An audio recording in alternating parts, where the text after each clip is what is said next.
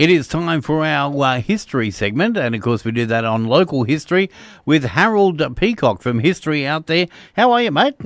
Oh, fantastic. Yes, you sent me on assignment to Perth. I'm still here. I'm reporting live on this story. Okay, so what time is it there? Oh, look, it's earlier than you get up even. It's a 4:45. Oh, no, I get up. Quarter to six, mate, quarter to six. Oh, that's all right then. Yeah, that's almost, mid-morning now. Yeah, that's right. but this story took more than a mid-morning to create back in the day. I could imagine, yeah. You're taking us back 98 years ago, and you've discovered the Toowoomba family who became the first to drive across the Nullarbor. Yeah, that's right. In fact, a little bit more research. It's actually 99 years ago in December that all this happened. Now, the first person to drive a car across Australia was Francis Birtles in 1912. And he did it from Perth to Sydney.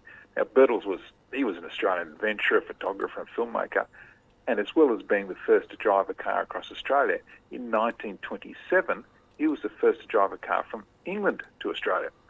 Now, it was a year earlier, in 1926, that a Toowoomba family made their own piece of motoring history, and you've probably never even heard of them.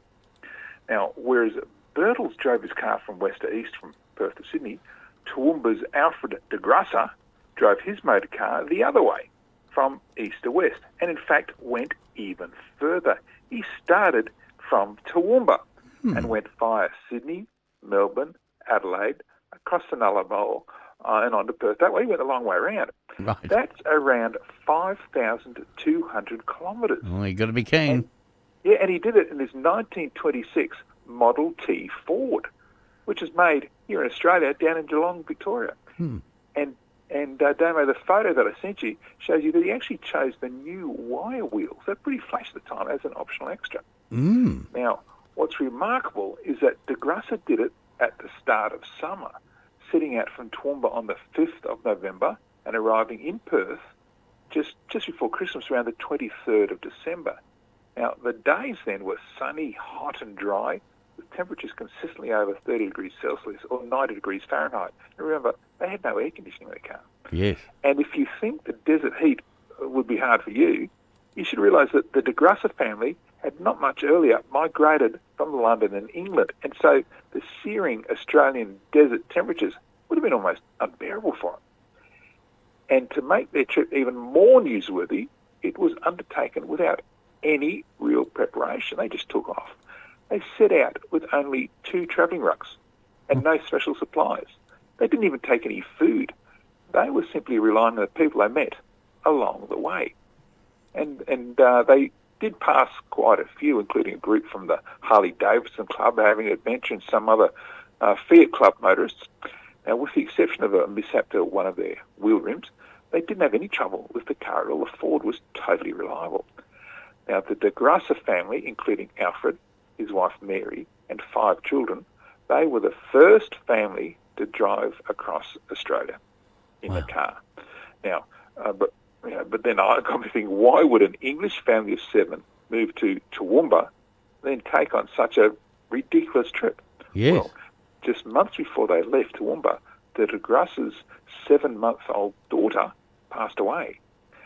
That's when Mr. de Grassa and his wife decided to be independent missionaries. They made it their mission to carry the gospel to outlying parts of Australia, and while they were doing that, depending on the sustenance only from the offerings of those who they preached to. And that's how they made it across the country in 1926, driving their Model T Ford from Toowoomba to Perth, covering the 5,200 kilometres in 7 weeks.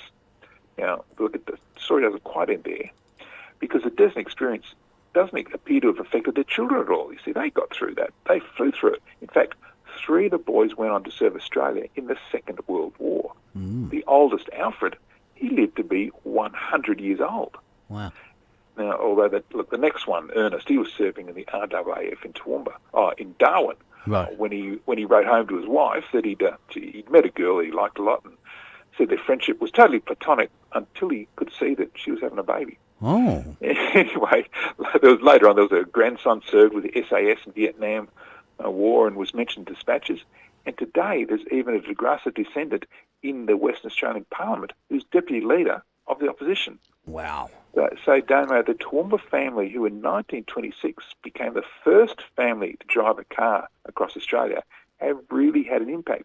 And I think they should be better known today. I think they are, and that's why we do these segments, to give people a heads up on our local history, don't we? Yeah, that's right. And just finding this family, the Grasser family, there was coverage at the time, but there's no coverage since. So think of Alfred and Mary and their 5 children heading out in their Model T Ford. It was just an amazing trip. And if you want to see their picture, you can jump onto our Facebook page and you can check it out there, because there is a photo of the car and the family getting ready to embark on their big journey, isn't there?